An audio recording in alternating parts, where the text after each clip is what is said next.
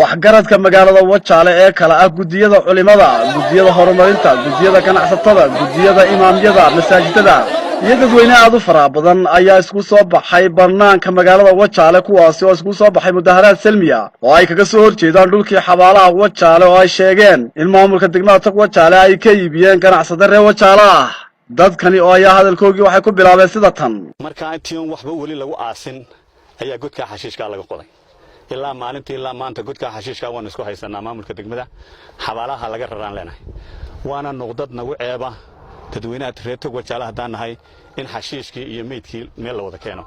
maanta laga bilaabo waxaanu leenahay mar hadii la damcayba dhulkii kale xabaalaha in godka xashiishkana maamulka iyo dawladdu ay meel u sameeyso oo la naga raro hadaan nahay dadweynaha reer Wajaale xabaalaha han la naga raro ayaan u baahanahay godka xashiishka iyo meydka meel ma wada keeni karo meel nusqaan nagu away reer Wajaale hadaan nahay marka waxa weeyaan dawladda waxaan ka codsanaynaa oo maamulka degmada ka codsanaynaa 800 mitir baa noogu harsan halkii hore ee magaranaysa intii hore la nasiyay 800 mitir xashiishka iyo wixii kale dan guud ay dawladdu ka samaysanayso ha ka samaysato laakiin inta xabaalaha ah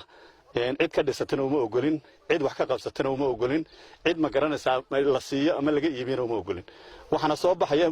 waayadan dambe in dantii guud loo maman yahay oo la iibsanayo ama hawlo guud ha noqdaan ama maamul ha noqdo ama magaranaysa gobol ha noqdo waa loo soo jeestay Wajaale danteedii guud waxaan leenahay dadweynaha reer Wajaale maanta laga bilaabo u dul qaadan mayno in danta guud anaga la nagu dul iibsado uma dul qaadanayno haddaan reer Wajaale nahay waxaanu soo gudbin doonaa wax la wixii danta guud ee Wajaale laga iibsaday warbixin baanu gudbin doonaa cid ay khuseysana waanu gudbin doonaa sababtoo ah waa halkii beritoole lagu aasi lahaa waa halkii hadii rabbi ku rooyahay waalidka iyo walaalkaaba la dhigi lahaa oo cuntoomi mayso oo sira suurtagal ku noqon mayso sax iyo qalad midna in xabaalaha laga bedelo wuxuudi hadii dan guud iyo dan gaar mid walba la sheegayna dan guud iyo dan gaar meel walba way taala ninka dhagaxa soo rugtay ee niista keenay cidii doontaaba ha u fasaxdo noocu doonaba ahaado alla ka weyn waxaan leenahay xabaalaha degmada Wajaale dadweynaha reer Wajaale iyo gudiyadooda kala duwan iyo maamulkoodu si weyn ha ugu gurmadaan waxa laga qabto cid kasto isku dayda inay xabaalaha wax ka dhigatana alla kuma barakeeyaan leenahay alla kuma barakeeyaan wasalaam goobtan u taaganahay waxa weeyaan xabaali magaalada Wajaale oo aan saaka ku soo toosnay iyadoo lagu rogay dhagax iyo nis in xabaalaha cidii doontaaba ku soo rogato dhulkani waa dhulkii madaxweynuhu bixiyay shiiraya bixiyay ilaahay ajarka xasanaadka ugu daro annaga oo meel alla meel aan isku aasno iyo meel naga iibiyo weynay digreeto madaxweynaha lagu siiyay warqadihii baan haynaa meel madaxweyne bixiyayna gudoomiyana ma bixin karo bara saabna ma bixin karo dawladda hoosena ma bixin karto dee waxa la siiyay dadka aakhirada haddii dhul dad laga qaadanayo dee dul dan guuda iyo ku dadba u jooga dadka nool baa laga qaataa laakiin dadka aakhirada meeshooda yar waxa weeyaan inteena kale ayaa ilaalinaysa oo uma baahnin in laga qaado marka dawladda waxaan gaarsiinaynaa gaar ahaan maamulka gobolka iyo kuwa degmadaba cidii dhagaxa iyo niista soo dhigtay ama dawladdu ha ogaato ama ay ogaanin ama la iibiyo la sheegayo ama yaa la iibinin waxaan ka codsanaynaa in ay sida ugu dhaqsaha badan le nooga qaadaan oo xabaalaha uga qaadaan waa ilaahay subxaanahu wa ta'aala madaxweynihiis Ahmed Maxamed Siraayo ilaahay keenay isagoo horta mucaarada oo doorashadoona yaanu kala hadalay hadduu xukunka ku guuleystay inuu xabaalana siiyo oo halka nooga gooyo uu naga aqbalay markii madaxtinimadii ilaahay subxaanahu wa ta'aala siiyayna uu noo gooyay madaxweynuhu waxaan leenahay walaalayaal in xabaalaha loo gooyay qof muwaadin oo kale oo wax ka dhistana uma ogolin dawladdu inay wax kala ka qabsatana ma ogolin mashruucii dawladdu uu banayo dawladdu dhulkeedu uu banaayay kiiloomitirka xabaalaha loogu talagalay waxaan leenahay xabaalaha loo tayo dadka lacagta haysta waxaan leenahay war ilaahay ka cabsada meelaha danta guuda ee ummadda ka wada dhaxeeya ha ku soo haleelinay lacagtiina dhulka banaan beerahan dhanka xiga waa la iibinaya kuwa dhanka xigana waa la iibinaya ninkii wadada laamida wax ka doonayo dhul la iibsada maad waa inay kuwa lacagta haysta war ilaahay ka cabsada leenahay maamulkana waxaan leenahay war danta guud idinka ummadda u ilaalinaya idinkaana mas'uul u ah ilaahay kaga cabsado aakhira waa la idin weydiin doonaa cid shakhsi gaar ah hasiinina waanu leenahay ilaahay inta laga cabsado xabaalaha loo daayo dadweynaha waxaanu markaa shaqiriye kabir isku raxsanahay inaanaan cidna u ogolaan kiiloomitirka xabaalaha ee 720 mitirka in si gaar loo isticmaalo inaanaan u ogolaan godkana waxaanu leenahay war diintuna ma ogola dadweynuhuna ma ogola ummaduna ma ogola wanagula yaabe hala naga aaso dawladdu dhul way haysataaye dhulkeeda dawladda xashiishka dawladda hagayso ama ha u iibsano leeyahay. Assalaamu calaykum warahmatullahi wabarakatuh. maanta waxaan taaganahay xabaalihii degmada Togwa Jaale oo runtii aad uga xunnahay in lagu soo rogo dhagaxaaniya nees maamulka horta waxaanu ka filaynay inuu godka xashiishka naga aaso xabaalaha iyo xashiishka kala durkiyo balse kamaana filayn inay maanta maxay raahday ku soo rogaan nees iyo dhagaxaan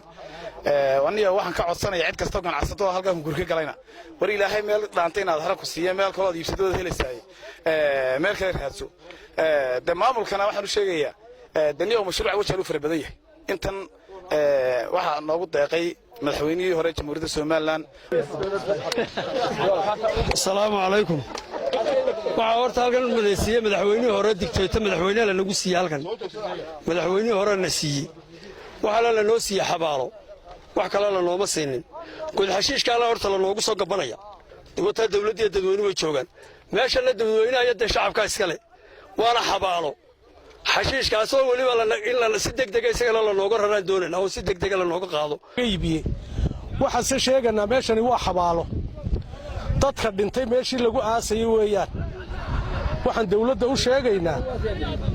haddii meesha maanta xabaalaha dadkii hantida ilaahay siiyay ay ka xishoon waayeen dawladdu inay timaado wax ka qabato weeyaan waxa weeyaan qofka ilaahay hanti siiyay hantidiisa waa inuu meel wanaagsan oo munaasib gashadaa waxa weeyaan magaalada Wajaale dhibaatooyin badan baa ka jira annagu maanta halkani carabaabi mayno laakiin dawladdu ina yaroo tukaan loo dhiibtay baaba lala xisaabtamaa war dawladdu dadkay dhulkan u dhiibtay ay mas'uuliyadeeda u dhiibtay inay timaado ay la xisaabtantaa waa lagama maarmaan inuu ku magac qaado maanta la madaxweynihii xabaalihii baa dushiisa lagu cunay kama eegaynaan malaynayaa arrinkaas mid suuragal maaha maamulka magaaladu iyo muxuu ahaayay qolada barasaabka gobolka iyo muxuu ahaayay qolooyinka meeshan jooga waxaad moodaa kullad isku xiran waxa weeyaan dhul badan oo dan guud ah maanta la iibiyay la cunay la arkay muxuu ahaayay jira waxa weeyaan togi oo dhan baa maanta gebigiisiiba meeshu maray la garanayaa dadkoogii maalintii dhaweeyay wasiiradu yimaadeen lama tusin waa laga qariyay maantana waxa weeyaan waatana maantana xabaali baa la maraya marka waxaan leenahay haddii arrinka aanay dawladda sare waxba ka ogeyn maanta ba ogaadaan oo ha ka soo war helaan oo ha ogaadaan oo ha arkaan waxa weeyaan taasaa jirta waxyaabahaas oo dhan baa jira waxa weeyaan maanta gudiyadii horumarinta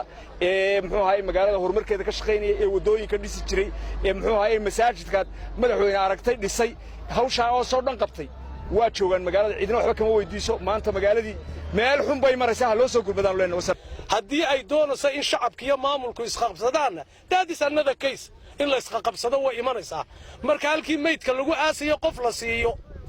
kii hantida ilaahay siiyay ka xishoon waayo ka mas'uulka looga dhigay ka xishoon waayo in la isqabsadaa imanaysa sheegana madaxweynaha Soomaaliland malaa cid ka hooseyso dhulka soo maraysa ma jirtee inuu Wajaale yimaado haddaanu ummadii dooratay nahay inuu halka yimaad baan doonaynaa wixii dawdarraan oo arko wixii dawan oo arko waxaweyaan badbaadinta dantii guud ee magaalada Wajaale markii ay dhamaadeen baloodhadii ay dhamaadeen bootooyinkii 13 beerad oo magaalada ku wareegsanaa laga jaray dantii guud wadiga arkay imika waxa lagu rogayaa xabaalihii wajahadiisa baa lagu rogayaa ayaa lagu soo rogayaa ciidiye nistay madaxweynaha waxaan ku codsanaynaa wasiirka arrimaha gudaha waxaan ku codsanaynaa wasiirka gobolka waxaan ku codsanaynaa dadka ku matala gobolka siyaasadaan waxaan ku codsanaynaa markii ay dhamaatay dantii guud ee magaaladu in xabaalihii la isku aasay la isku yimaado waxa weeyaan waa nusqaan madaxweyne waxaan ku leenahay ka soo jawaab arrinkaasi ay ku direen gudida ganacsatada magaalada culimada magaalada odayaasha magaalada waxaanu aad iyo aad uga hadlanaa ninka hawlaha guud ee haysta gobolka Gabiley Cabdi Cali la yiraahdo barasaabka gobolka Gabiley dhammaan waxaanu filanaa inuu wasiirkuna ku jiro arrinkani oo arrin aad iyo aad u weyn yahay waxaanu ku leenahay madaxweyne dadweynaha reer Wajaale dhalinyar ganacsato waayeel meesha hanti badan baa taala 24 saacadood gudahood wasiirka arrimaha guduhu inuu ku soo jawaabo arrinka Wajaale Mukhtaar Nuux Ibraahim Ariel TV gobolka Gabiley